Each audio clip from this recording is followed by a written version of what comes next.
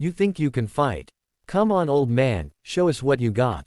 The laughter echoed through the gym as the tall, cocky black belt, Tyler, smirked at the janitor holding a mop in his hand. No one expected what was about to happen next. What unfolded that day would leave the entire dojo, and the internet, speechless. Before we dive in, make sure you like this video, subscribe, and turn on notifications, because this story will remind you that greatness doesn't always wear a uniform.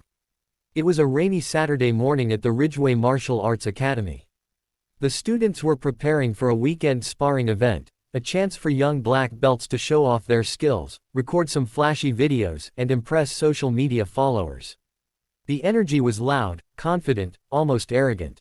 Tyler, a 22-year-old rising star, had won several local tournaments and carried himself like a celebrity. To him, martial arts wasn't a discipline, it was a stage.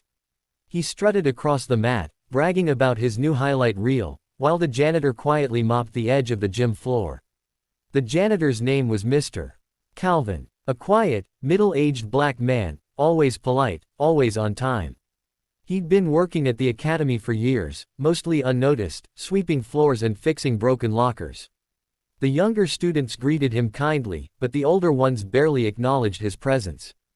To them, he was just the janitor. That morning, when the coach stepped out to take a phone call, Tyler decided to show off. He called out, "Hey old man, you watch us every day. You think you could take me on? Let's see what you got." The room erupted in laughter. Phones came out. Everyone wanted to record what they thought would be a funny video, the cocky black belt versus the janitor.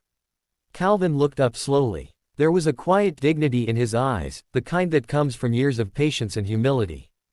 He smiled gently and said, "Son, I'm just here to clean floors. But if it means that much to you, I'll spar. Just for fun." The students cheered. Tyler grinned, adjusting his belt.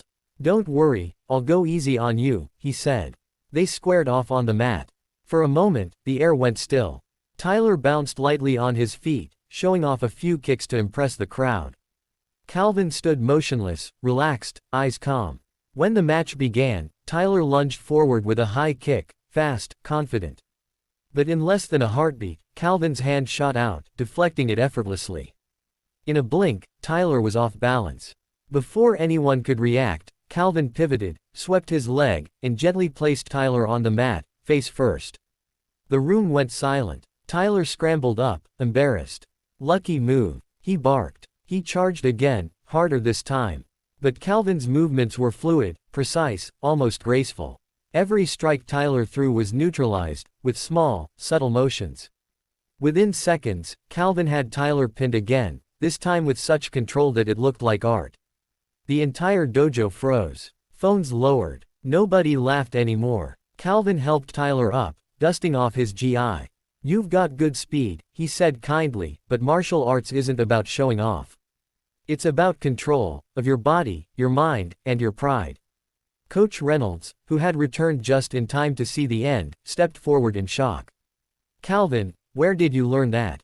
The janitor hesitated, then sighed softly. "A long time ago. I used to teach at a dojo not far from here. I trained under Master Ishii, back when I was your age." The coach's eyes widened. "Master Ishii? The same one who trained the national champions?" Calvin nodded. "Yeah. But after my son passed away in an accident, I left it all behind. Didn't feel like fighting anymore. This place needed help, so I just started cleaning. It kept me busy. Gave me peace." The room fell silent again, but this time it wasn't out of shock, it was out of respect. Tyler's face softened. The arrogance drained from his posture. He bowed deeply to Calvin. I'm sorry, sir," he said quietly. "I disrespected you. I didn't know." Calvin smiled gently. "You didn't have to know. Respect doesn't depend on someone's title. It depends on your heart." Over the next few weeks, the dojo changed. Tyler became one of Calvin's biggest supporters. He asked for private lessons, and soon, others did too.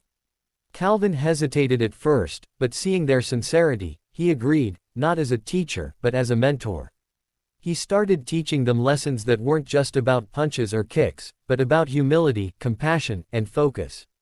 The gym grew quieter, more disciplined. The laughter became real, not mocking. Months later, Tyler entered another championship. When he won, instead of raising his fists to the crowd, he bowed, to the audience, to his coach, and to Calvin, who stood in the back holding a mop and smiling proudly. When the clip went viral online, people were stunned by the story of the janitor who taught the black belt a lesson. But for Calvin, the victory wasn't fame, it was seeing the next generation learning what he had forgotten, that true strength isn't in power, but in peace. And before we close this story, remember this: respect everyone. Because sometimes, the person you overlook might just be the master you've been waiting for.